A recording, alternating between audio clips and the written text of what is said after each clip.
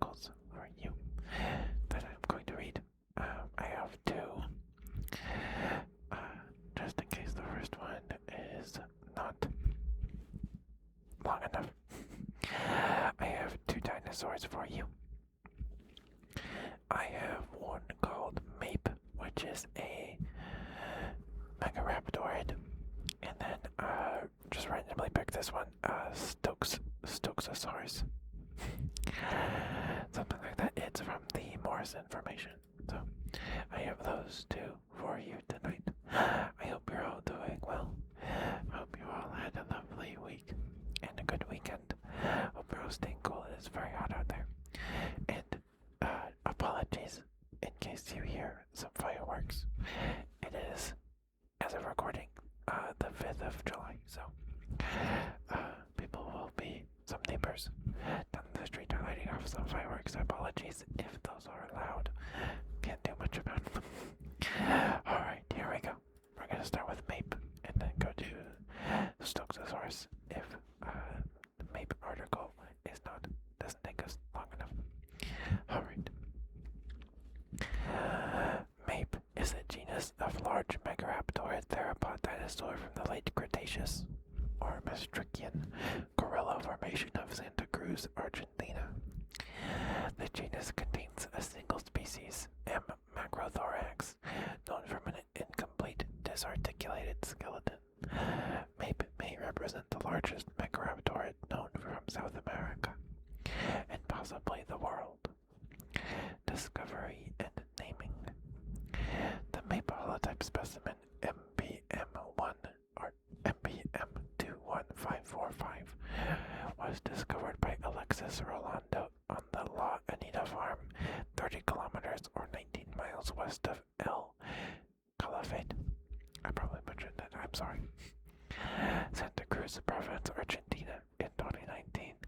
The specimen was found disarticulated, but in association over an area of 3 by 5 by 3 square meters, or 54 feet squared by 32 feet squared.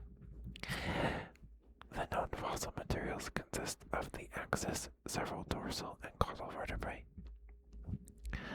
cervical and dorsal ribs, gastralia, a left coracoid, fragmentary scapula, partial right pubis, and partial metatarsal. Some of these bones were described in 2019 by Novas et al. The holotype specimen includes some bones previously unknown in other Megaraptorids. Although fragmentary, it represents one of the most complete Megaraptorid skeletons known. Maip was first announced in a Research Square preprint in 2021. However, since the paper did not meet the necessary requirements, the taxon was considered informally named. In 2022, the fossil material was validly described as belonging to a new genus of species of Megaraptorid by Aranciaga Rolando et al. I probably mispronounced that too, I'm so sorry. The generic name Maip references a malicious being in Oanekang mythology that is, quote, the shadow of death that kills with cold wind, close quote.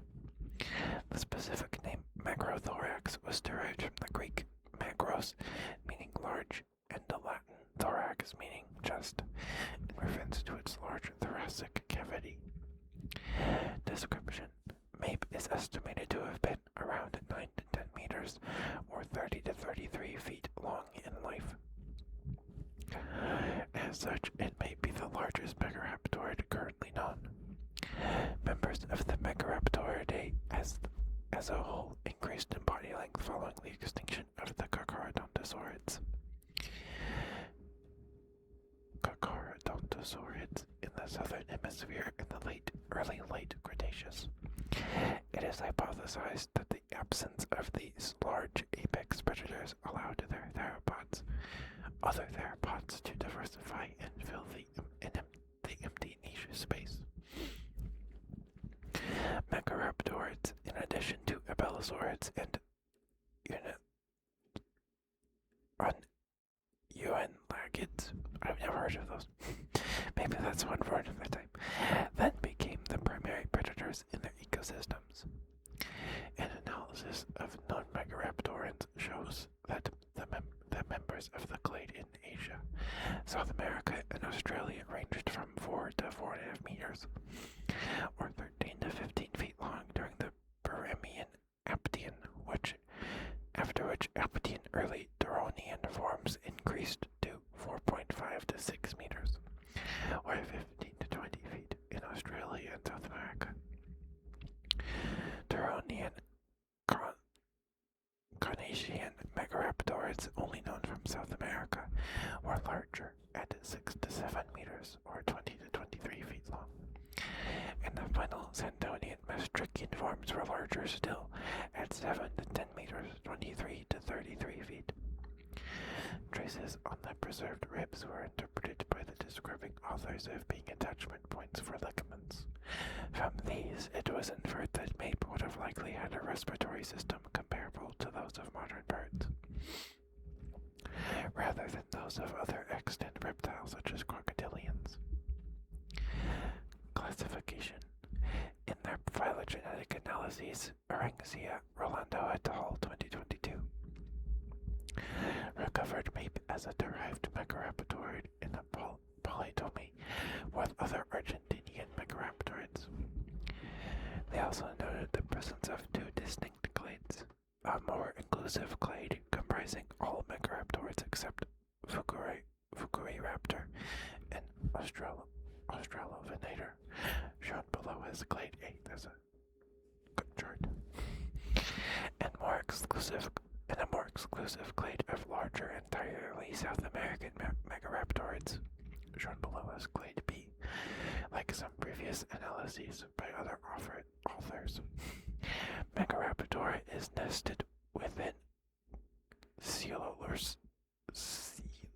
Coelurosauria. It's a tough one, I'm sorry. As the sister taxon to Tyrannosauridae.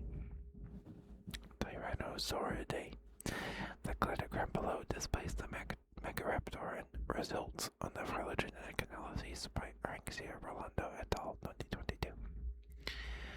And then it has the chart there. By paleoecology. Maip is known from the Maastrichtian dated gorilla formation of southern Argentina. Other named dinosaurs known from the formation include Isoscecursor and Elasmarian ornithopod, and Nolotitan, a titanosaurian sauropod. Indeterminate remains belonging to ankylosaurs, Euiguanodontians, hadrosaurids, noosaurids, and Euengladids.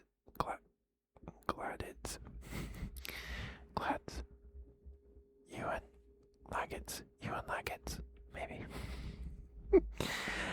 Have also been recovered from the formation. Fossils of indeterminate anurans, fish, mammals, mosasaurs, snakes, turtles, and gastropods are also known. Very fragmentary fossil material, including teeth and a dorsal syndrome, have been classified as having megaraptorid affinities, but it is too fragmentary to be assigned to Maip or any other taxon. And that's the article. Alright. I think we have time for the next one. Let's see. Alright, that was the article for Maip. Next we have Stokeosaurus, which isn't too long. The last paragraph is just a bunch of names of paleofauna around it, so we'll see. Alright. Maybe I'll read half of it. Up to the classification. Maybe. I don't know. We'll see.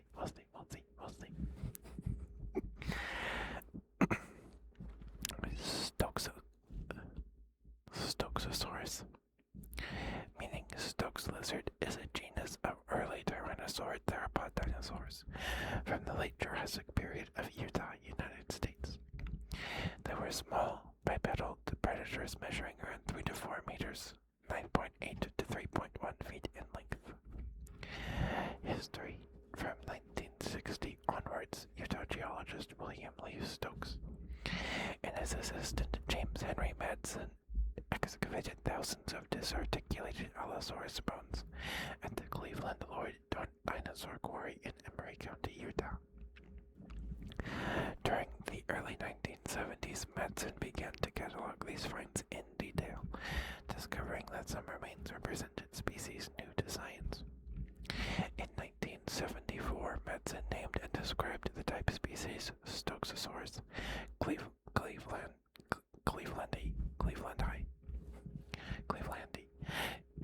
It's a generic name honors Stokes. Its specific name refers to the town of Cleveland, Utah. The holotype UMNH 2938, also known as UMNH VP7473, and formerly known as UUVP 2938, was uncovered in the Brushy Basin member of the Morrison Formation, dating from the early Devonian stage, about 150 million years old. It consists of a left ilium or rib bone belonging to a juvenile individual. Madsen also assigned a paratype. Sorry, that's a little scratchy. UUVP2320, a 50% larger right ilium. Additionally, he referred a right premaxilla UUVP2999. However, this was in 2019. Numbers, words, what? However, this was in 2005 referred to Danicolagreus. Stokeosaurus and Danicolagreus are about the same size, and it is possible that the latter is a junior synonym of the former.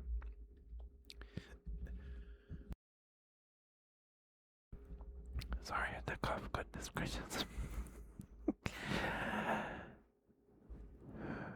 Okay, now for the ilium. The best and perhaps only known element of Stokeosaurus of Danicolagreus has never been recovered, making direct comparison difficult. In 1976, Peter Malcolm Galton considered Stokeosaurus to be a second species of the British possible early Tyrannosaurid Iliopsuchus that he named as Iliopsuchus clevelandi. This has found no acceptance among other researchers. In 1980, Galton himself withdrew his opinion. Some later finds were referred to Stokeosaurus. This included some ischia and the tail vertebrae in 1991, and a partial brain case in 1998. However, a very small ilium referred to Stokeosaurus found in South Dakota is lost, but many may actually belong to the related Aviotyrannus. More fragmentary remains, possibly referable to Stokeosaurus, have been recovered from stratigraphic zone 2 of the Morrison Formation, dated to the late Cambrian age, about 152 million years ago. A specimen of an indeterminate Stokeosaurus species that was discovered in the Alcobaça Formation of Guamorota, Portugal. I'm so sorry. Portugal was identified and described by Rowett 2000. The specimen was later named as the new genus Aviotyrannus in 2003. A second species, Stokeosaurus langami, was described by Roger Benson in 2008 based on a partial skeleton from England. However, further studies showed that this species would be referred to a new genus, which was named Druidiron in 2012. Benson and Stephen Brissett concluded that not a single bone had been justifiably referred to Stokeosaurus, and that not even the paratype could be safely assigned, leaving holotype Ilium is the only known fossil of the taxon. In addition, many traits initially believed to unite Stokeosaurus clevelandii and Durotyrant langami under one genus could not be conclusively disproven to exist on other tyrannosaurids. In fact, one of the traits, post-erodosauri,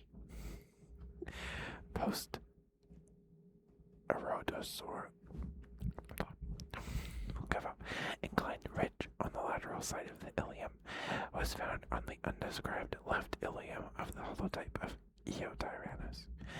This leaves only a single autapomorphy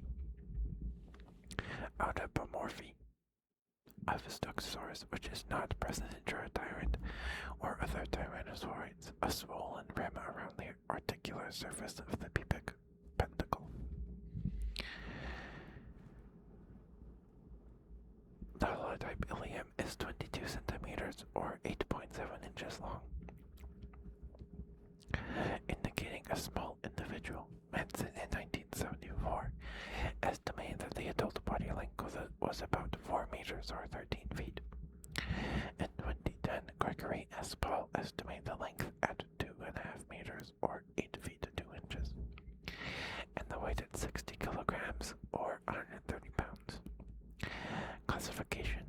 In 1974, Manson assigned Stokeosaurus to the Tyrannosauridae. However, modern cladistic analyses indicate a more basal position. In 2012, the study Perbuset and Benson recovered Stokeosaurus as a basal member of the Tyrannosauridae, closely related to Eotyrannus and Durotyrant. Below is a 2013 cladogram by Lowen et al. That places Stokeosaurus and Durotyrant as derived members of Proceratosauridae due to sharing with Xenotyrannus a narrow precapitabular notch. Many basal tyrannosaurids have incomplete or unknown ilia, and this trait to be more widespread than currently known.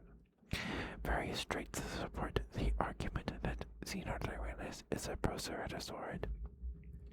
However, a 2016 analysis utilizing both parsimonious and Bayesian phylogeny placed Stokeosaurus and Durotyrant as tyrannosaurids, slightly more advanced than Proceratosauridae and D-long. In addition, Eotyrannus is recovered as a sister taxon of these genera in the parsimonious phylogeny. Here we go. Okay.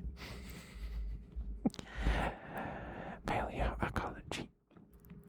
The Mars Formation is a sequence of shallow marine and alluvial sediments which, according to radiometric dating, ranges between 156.3 million years old at its base to 146.8 million years old at the top,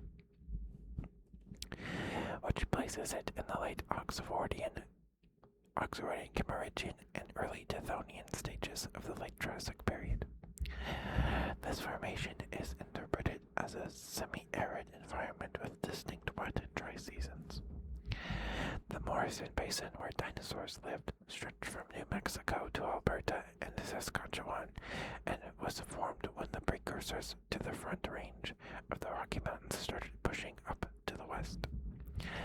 The deposits from their east-facing drainage basins were carried by streams and rivers, and deposited in swampy lowlands, lakes, river channels, and floodplains. This formation is similar in age to the Solnhofen limestone formation in Germany and the Tendaguru formation in Tanzania. In 1877, this formation became the center of the Bone Wars, a fossil-collecting rivalry between early paleontologists Othniel Charles Marsh and Edward Drinker Cope. Paleofauna. The Morrison Formation records an environment and time dominated by gigantic sauropod dinosaurs such as Camarasaurus, Barosaurus, Diplodocus, Apatosaurus, and Brachiosaurus. dinosaurs that lived alongside Stokeosaurus included the herbivorous ornithischians, Camptosaurus, Dryosaurus, Stegosaurus, and Ornithosaurus. Predators in this paleoenvironment included the theropods Saurophaginex, Torvosaurus, Ceratosaurus, Marsiosaurus, Ornitholestes, and Allosaurus, which accounted for 70 to 75% of theropod specimens and was at the top trophic level of the Morrison food web. Other animals that shared this paleo environment included bivalves, snails, ray-finned fishes, frogs, salamanders, turtles, sphenodonts, lizards, terrestrial and aquatic crocodilomorphs, and several species of pterosaur. Examples of early mammals present in this region were docodonts, docodonts, I don't know, one of those, multituberculates, symmetrodonts, and triconodonts. The floor of the period has been revealed by fossils of green algae, fungi, mosses, horsetails, cycads, ginkgos, and several families of conifers. Vegetation varied from river-lining forests of tree ferns, ginkgos, seed ferns, and conifers, or gallery forests, to fern savannas with occasional trees such as the Araucaria-like conifer Brachyphyllum.